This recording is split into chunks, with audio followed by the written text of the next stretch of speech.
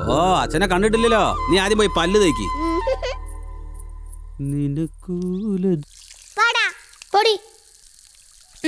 പല്ലേക്കാതെയും കുളിക്കാതെയും കളിച്ചിവിടെ നിന്നോ. പോയി കുളിക്കടാ.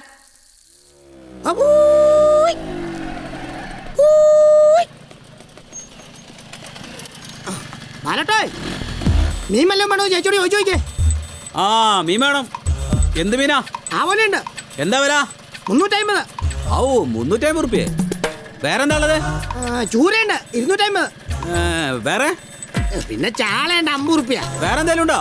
പിന്നെ കട്ടിയും ലേശമുണ്ട്. അത് ഞാൻ കൊടുക്കുകയല്ല. വല്ലാത്ത പകയം തന്നെ. എന്ത് ഹോയ് പോയോ? ബാലേട്ടാ, ആ മീൻകാരന്റെ ശബ്ദല്ലേ കേട്ടത്? അതെ അതെ. അയാള് പോയോ? ഓ അവനതൊന്നും കൊടുക്കണില്ല അത്രടി. അയ്യോ, ഇപ്പൊ വല്ല പുളിങ്കറി ഉണ്ടാക്കാം. ആ സേതു, കിങ്ങിണി ഓടി വായോ, വണ്ടി വന്നു. അമ്മേ അമ്മേ, എന്റെ പെൻസിൽ കാണാനില്ല. പെൻസിൽ കാണണില്ല, കാണണ്ട. ഒരു സാധനം സൂക്ഷിക്കില്ല, രണ്ടെണ്ണു. ആ ചെവിയിലെന്തിരിക്കണേ, അതങ്ങോട്ട് കൊടുത്തേക്കൂ. അത് നിന്റെ. വാ വാ വാ. അതെ ബാലേട്ടാ, ആ. ഇന്നെങ്കിലും സെയ്താലിക്കാന്റെ കടയിൽ നിന്ന് മിക്സി വാങ്ങിച്ചിട്ട് വരണേ. ദോശയ്ക്ക് അരി വെള്ളത്തിലിട്ടുണ്ട്.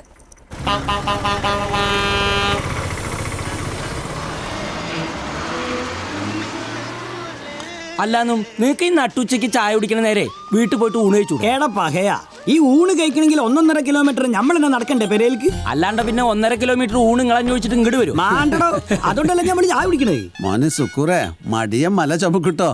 അതേസമയം നിത്യാഭ്യാസി ആന എടുക്കും. വിജയേട്ടാ, നിത്യാഭ്യാസം ഒരാനേനെ എടുക്കുള്ളൂ. മടിയനെ ഒരു മല മുഴുവൻ അങ്ങോട്ട് ചുമക്കും. അപ്പൊ ആരാ മുടുക്കേ?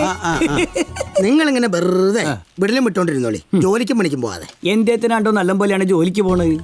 ഈ നേരം വലിച്ചാകുമ്പോ തന്നെ കുളി നിസ്കാരം കഴിഞ്ഞ് തുണിയും മാറ്റി ജോലിക്ക് പോണ മനുഷ്യന്മാരെ കാണുമ്പോ തന്നെ നമുക്ക് തലപെരുക്കാൻ തുടങ്ങും. പിന്നെ എന്താ ആളുകൾ ചെയ്യേണ്ടത്? ഇങ്ങനെ വെറുതെ ഇരുന്നാ മതിയോ? പുട്ടടിക്കണ്ടേ? ചിന്തിക്കണടോ. എന്ത്? എന്തൊക്കെ കാര്യങ്ങളുണ്ട് ചിന്തിക്കാൻ? എന്ത്? അപ്പൊ പലതു അതോനിഷ്ടായി. ഞാൻ അത്യാവശ്യം ജോലി ചെയ്ത് അരി മേടിച്ച് കഞ്ഞി കുടിച്ച് പോകുന്നുണ്ട്. എന്റെ അരിയിൽ നിങ്ങൾ മണൽ വാരിയിടരുത്. പിന്നെ നിങ്ങളുടെ രൂപയുടെ അരിയിലാണല്ലോ ഇത്രയും വില കൂടിയ മണൽ വാരിയിടുന്നത്. നിങ്ങളോട് സംസാരിക്കാൻ തന്നാലേ എന്റെ ആവോലി ചീഞ്ഞു പോകും. അസറഫേ, നീ പൊക്കോ. ഇവരെ പണി മുടക്കാതിരിക്കണോരാ. മറ്റൊരെഴുതിക്കും. രമേശാ, ഈ രാവിലെ മുതൽ വൈകുന്നേരം വരെ പോത്തുപോലെ പണിയെടുക്കണ നിങ്ങളും ജീവിക്കണ്, ഒരു പണിക്കും പോവാത്ത നമ്മളും ജീവിക്കണ്. അപ്പൊ ആരാ മുടുക്കന്മാര്? അത് നിങ്ങൾ തന്നെ എടുക്കാൻ. അത് കേട്ടോ. എന്നാ ഒരു കാര്യം, എന്തേ? നാളെ വരുമ്പളേ ഇവിടെ ഒരുപാട് പറ്റിന്റെ പൈസ തരാണ്ട്. അത് ടീച്ചറുടെ കയ്യിൽ നിന്ന് വാങ്ങിയിട്ട് വന്നിട്ട് ചായ കുടിച്ചാൽ മതി ട്ടാ. ഇതാണ് ഇവന്റെ കുഴപ്പം. എന്തെങ്കിലും ഒരു നല്ല കാര്യം പറഞ്ഞാ അപ്പൊ പറ്റിന്റെ കൈ വയ്ക്കും, ചിന്തിക്കൂലെന്ന്. അല്ലെങ്കിൽ ഈ ബുദ്ധി ഇല്ലെങ്കിൽ പിന്നെ പറഞ്ഞിട്ടെന്താലേ?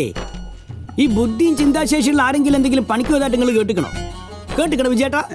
ഉദാഹരണത്തിന് ശാസ്ത്രജ്ഞന്മാര്, പണ്ഡിതന്മാര്, സന്യാസിമാര്, എന്തിനു പറയണ് നമ്മളെ മന്ത്രിമാര്, MLA മാര്, ശരാശരി നിലവാരമുള്ള വാർഡ് മെമ്പർമാർ പോലും എന്തെങ്കിലും പണിക്ക് പോയിക്കണോ? എന്തുകൊണ്ടോ ഒരു പോവാത്ത്? ഓർക്കൊക്കെ ബുദ്ധിപരമായിട്ട് ചിന്തിക്കാനുള്ള കഴിവുണ്ട്. നമ്മളെപ്പോഴും മഹാന്മാരെ പാതയാണ് പിന്തുടരേണ്ടത്. ഒരു പണിക്കും പോവരുത്. അത് കഴിഞ്ഞോ?